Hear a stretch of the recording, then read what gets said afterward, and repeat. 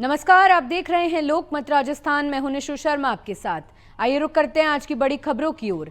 राजस्थान के नागौर जिले की खिवसर विधानसभा सीट से भारतीय जनता पार्टी के विधायक रेवंत राम डांगा ने नागौर लोकसभा सीट से राष्ट्रीय लोकतांत्रिक पार्टी के सांसद हनुमान बेनीवाल पर हमला बोला है। डांगा ने बेनीवाल द्वारा मुख्यमंत्री भजनलाल के खिलाफ की जा रही टिप्पणियों को निम्न स्तर की बयानबाजी करार देते हुए कड़े शब्दों में निंदा की। बता दें, ये विवाद तब शुरू हुआ जब बेनीवाल ने जयपुर के शहीद स्मारक से लगातार मुख्यमंत्री पर निशाना साधा। डांगा ने कहा कि एक चुने हुए जनप्रतिनिधि से मर्यादित व्यवहार की अपेक्षा की जाती है, लेकिन बेनीवाल अपनी हार के बाद से तिलमिलाए हुए हैं और अनर्गल बयानबाजी कर रहे हैं। बीजेपी विधायक ने कहा कि आज राजस्थान में प्रधानमंत्री नरेंद्र मोदी एवं माननीय मुख्यमंत्री भजनलाल शर्मा के नेतृत्व में गरीब, किसान, महिला, युवा, शिक्षा, स्वास्थ्य और रोजगार के क्षेत्र में अभूतपूर्व विकास हो रहा है।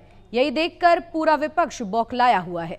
एसडीएम को थप्पड़ मारने वाले नरेश मीणा करीब 8 महीने से जेल में बंद हैं। उनकी रिहाई के लिए समर्थक आंदोलन की तैयारी कर रहे हैं। विधानसभा घेराव की चेतावनी दी है। 20 जुलाई को आंदोलन शुरू होगा। 11 जुलाई को बैठक करके आंदोलन की रणनीति बनाएंगे। जयपुर में नरेश के समर्थक मनोज मीणा ने प्रेस कॉन्फ्रेंस में 11 जुलाई को मीटिंग की घोषणा की, जिसमें 20 जुलाई का जयपुर में आंदोलन करने पर रूपरेखा तैयार की जाएगी। विधानसभा घेरने की चेतावनी दी। मनोज मीणा ने कहा कि सीएम भजनलाल शर्मा ने नरेश मीणा के पिता से वादा किया था कि 1 महीने में रिहाई हो जाएगी। उसके बाद 4 महीने बीत चुके हैं, अब तक उनकी रिहाई नहीं हुई है। राजस्थान के चूरू में भारतीय वायुसेना का फाइटर जेट क्रैश हो गया। सेना के सूत्रों के मुताबिक ये जैगुआर फाइटर जेट है। इस हादसे में विमान के पायलट और को पायलट शहीद हो गए हैं। मौके पर फाइटर जेट जैसा मलबा बिखरा पड़ा है। चूरू एसपी जय यादव ने बताया कि राजल देसर थाना क्षेत्र के गांव भांडूना में प्लेन क्रैश हुआ है। इसमें 2 लोगों की मौत हुई है। मौके पर राजल देसर पुलिस को भेजा गया। मलबे के पास से बुरी तरह शत विशत शव के टुकड़े मिले हैं। बताया जा रहा है कि हादसे से पहले तकनीकी कारणों से पायलट इजेक्ट नहीं कर पाए। पिछले 5 महीनों में देश भर में 3 जैगुआर क्रैश हो चुके हैं। हनुमानगढ़ में रोडवेज बस और बजरी से भरे डंपर की टक्कर में 4 लोगों की मौत हो गई। हादसा सुबह 8 बजे नेशनल हाईवे 44 पर सांगरिया के नगराना गांव में हुआ। एक्सीडेंट में बस में बैठे 17 यात्री घायल हुए। टक्कर इतनी जबरदस्त थी कि कई पैसेंजर्स बुरी तरह फंस गए। इन्हें बस से बॉडी काटकर क्रेन की मदद से बाहर निकाला गया। स्थानीय लोगों ने बताया कि टक्कर के साथ ही जोरदार धमाका भी हुआ। ये काफी दूर तक सुना गया। उन्होंने तुरंत एम्बुलेंस और पुलिस को सूचना दी। बस में फंसे पैसेंजर्स को बाहर निकालने के लिए क्रेन की मदद ली गई। घायलों को निजी वाहनों और एम्बुलेंस की मदद से हनुमानगढ़ जिला हॉस्पिटल भेजा गया। संयुक्त श्रमिक संगठनों द्वारा 9 जुलाई को अखिल भारतीय मजदूर विरोधी नीतियों के विरुद्ध केंद्र सरकार द्वारा अपनाई जाने वाली नीति के खिलाफ अखिल भारतीय हड़ताल का आह्वान किया गया। जोधपुर में केंद्रीय श्रमिक संगठनों द्वारा विशाल रैली का आयोजन किया गया। विशाल rally north western railway employees union मंडल कार्यालय से रैली निकाली गई, जो सोजती गेट मजदूर मैदान पहुंचकर आम सभा में बदल गई। आम सभा को संबोधित करते हुए केंद्रीय श्रमिक संगठनों के संयोजक मनोज परिहार ने बताया कि वर्तमान केंद्र सरकार पूंजीपतियों को लाभ पहुंचाकर मजदूर विरोधी नीतियों को अपना रही है।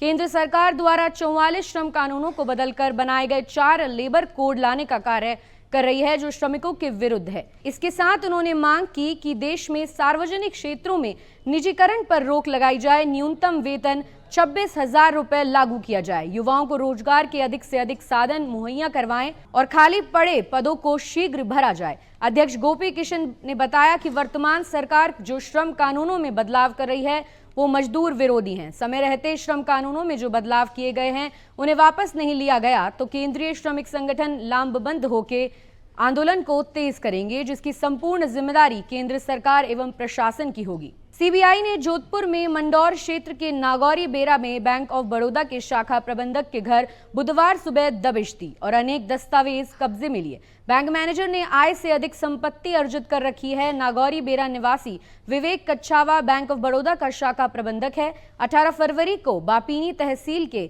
रायमलवाड़ा गांव में सीबीआई ने बैंक ऑफ बड़ौदा के शाखा प्रबंधक को 18,000 रुपए रिश्वत लेते हुए गिरफ्तार किया था।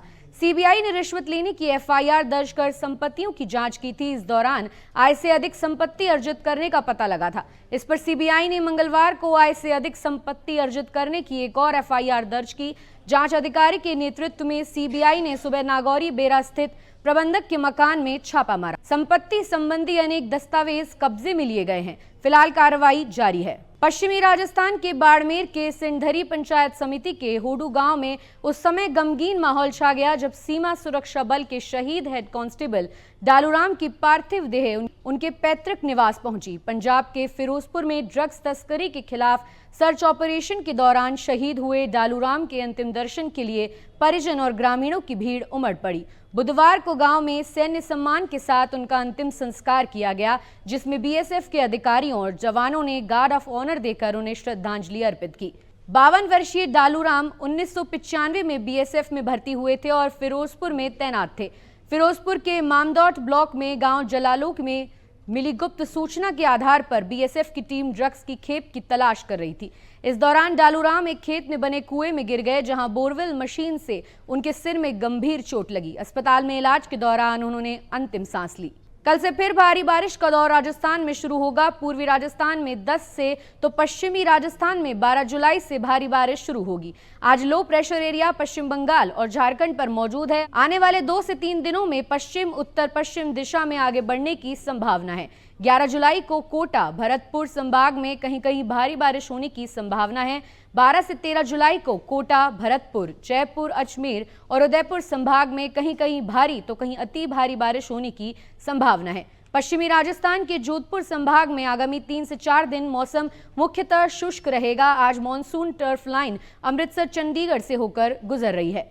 ऐसी और ताज़ा खबरों के लिए आप देखते रहें लोकमत राजस्थान।